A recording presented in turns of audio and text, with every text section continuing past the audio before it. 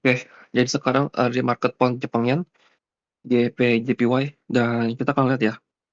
Jadi kalau dilihat secara visual ini sideways, tapi sisi bawah itu kompres ke bawah ya. Jadi mungkin kalau gap ini ke inverse, kita bisa turun sampai ke sini. Ini adalah yang paling dekat. Nah, sekarang yang saya mau ajarin adalah eh, implementasikan dengan NDOG ya atau NWOG. Jadi kalau kamu lihat ya sebenarnya di sini ini kan ada basket liquidity. Nah, ketika itu keambil itu nggak ada peduli sebenarnya mau close body di bawah atau di atas. Itu sama sekali nggak ada hubungannya. Kayak misalnya, oh kalau dia close body di atas, dia bakal naik lebih tinggi, atau misalnya dia close yang weak, itu berarti bakal reject. Itu nggak ada pengaruh seperti itu. Yang penting adalah logikanya. Ya, kenapa kalau misalnya itu ketembus harus going higher, kenapa itu kalau ketembus bakal reversal? Jawabannya adalah kalau reversal, itu berarti kan hubungan ke liquidity pools, gitu loh. Nah, sekarang kamu lihat, kita punya sisa gap di sini yang belum diisi, ya. Dan gap itu adalah tempat Smartman itu untuk akumulasi long atau short. Itu adalah CB atau gap sell. Berarti itu adalah area tempat di mana mereka bakal lakuin short. Di saat yang sama, buy stop masuk. Jadi bukannya itu perfect moment untuk algoritma itu buat nge-short.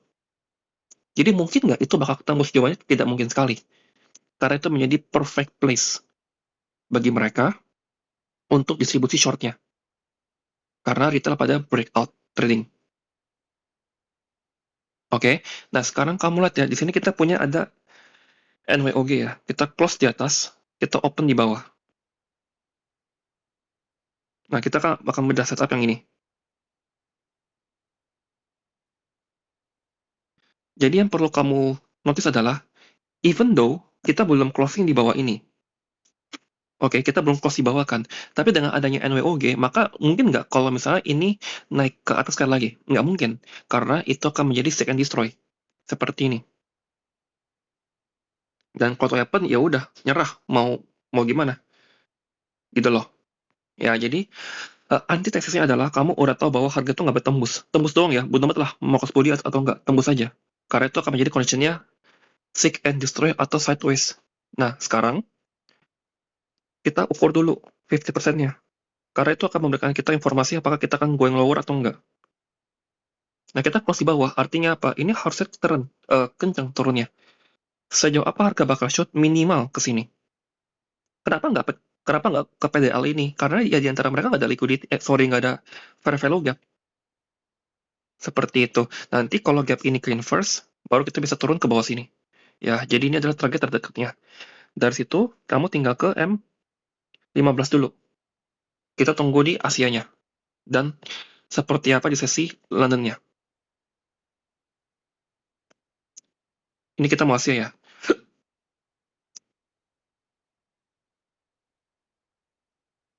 Nah, kamu lihat ya, ini Asianya itu displace ke bawah. Oke, kalau Asianya displace ke bawah, tetap bisa aja dia HOTD dulu. Atau ASEAN reversal. Artinya apa? Dia sweep sekali lagi, baru buang ke bawah. Makanya kamu perlu proof apa? Kamu perlu lihat gap ini ke inverse. Gap yang itu ke inverse gak? Nah, itu udah ke inverse kan? Dengan ini ke inverse berarti itu udah menjawab bahwa Asia High nggak akan diambil. Karena proofnya adalah dia udah bantai liquidity ini, lalu buang ke bawah. That's it, beres sudah. Artinya apa? Itu menjadi inversion. Dari sini kamu udah dapat level stop loss. Di momen ini, kamu mau langsung short pun boleh, nggak ada masalah. SL-nya di sini, ini udah nggak akan kena. Nggak akan kena. Ya, karena itu adalah ITH yang baru. Oke. Nah, kalau misalnya masih mau, kalau kita bakal ke M5. Biasain dulu pakai M5, jangan langsung pakai M1. Nah, itu ada fair value gap. Sekarang kita gunakan bantuan time. Kita berada di dalam London Open Kill Zone. Ya, jadi ini ada fair value gap, kamu boleh entry. SL-nya di sini, is enough. Ya, high itu udah nggak akan diambil lagi. Boleh nggak ke sini? Boleh-boleh aja. Ya, saya pun juga setuju, tapi saya lebih prefer udahlah buang aja di sini. Takutnya apa? Ada weak gitu loh, ngedamage tiba-tiba lalu ngekor. Karena saya nggak expert di pair ini. Artinya apa? Saya nggak hafal karakteristiknya gitu loh. Nah, itu close di bawah. Nah, ketika momennya udah begini, baru boleh pindahkan either ke sini. Cukup. High ini udah nggak boleh dimakan lagi. Nah, kita ada dua gap ya. Gap yang pertama itu stay unfilled, kebuka, nggak perlu diisi. Nah, ini yang perlu diisi. Gimana kalau misalnya gap ini nggak diisi? Kalau gap ini nggak diisi, artinya turunnya bakal kencang sekali. Soalnya apa? Kita punya order block di sini, plus ada volume imbalance.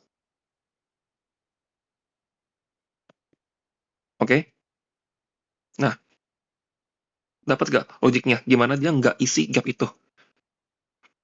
Nah, dari sini kamu boleh roll over ke sini. Kamu boleh partial, silakan. Ya, atau kamu mau break even juga boleh. Oke? Nah, sekarang same concept. Kamu punya dua gap, ya ada order block. Berarti di sini adalah POA yang kamu mau lihat. Saya bakal hapus ya. Itu udah pasti akan diisi. Sambil cerita ke kiri, apakah ada halangan? Inversion atau apa? Nah, saya suka sekali ya pakai seperti ini. Lihat kiri, ada inversion nggak? Itu yang bakal kuatin POI kamu. Atau yang memberi room bahwa, oh, itu kan M5 FVG-nya gede. Berarti kemungkinan hanya isi sampai inversion ini aja. Jadi sisa portionnya ini itu nggak akan diisi kemungkinan. Oke? Nah, dia naik, stop. Oke? Perhatikan, ini ada tiga gap ya. Breakaway, measuring, common. Gap yang ini itu boleh diisi bolak-balik berkali-kali. Yang ini harus stop di sini supaya yang ini nggak perlu diisi. Ya, jadi kita naikkan ke sini scale up-nya dan tetap same konsep. Pindahkan ke kiri. Apakah ada inversion? Nah ini ya. Oke. Dan ini I give you the source ya. Berterima kasihlah. Kalau ada support or resistance, ini real support or resist ya. Kalau dia inline sama fair value gap, itu adalah real support, real ya, gitu. Jadi yang kita mau adalah harga stop ke situ, stop di samping area ini, lalu buang ke bawah, seperti itu. Harga naik, building liquidity, kamu lihat, ini udah pola mati, bakal turun. Ya, tinggal sabar aja. Karena ini kan sebelum jam 7 ya, apakah dia bakal spike up sekali lagi lalu buang ke bawah atau gimana? Kita belum tambah position. If you want, itu boleh. Kamu sell di sini, itu ya. Itu langsung ke bawah ya, karena lotnya tabrak gitu loh. Kamu sell di situ, SL-nya itu di sini. Itu cukup, ya.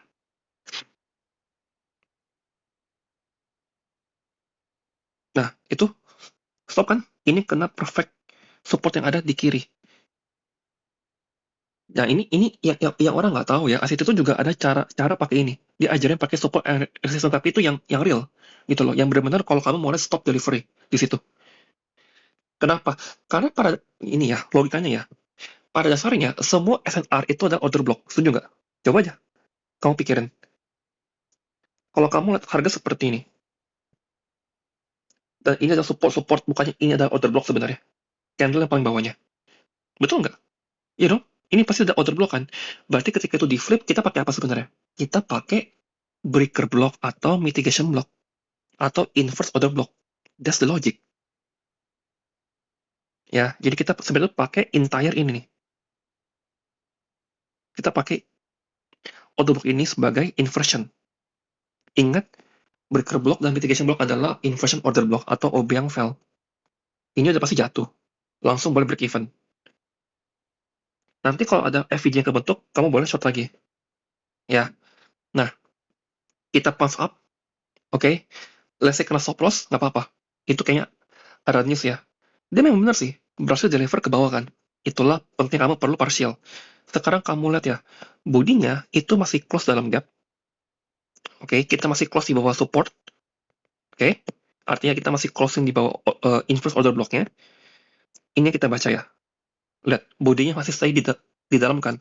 Artinya, once kita close di bawah ini, there's no fucking reason buat price bantai ini sekali lagi. Jadi you wait, tunggu, sabar aja. It close di bawah, dan udah.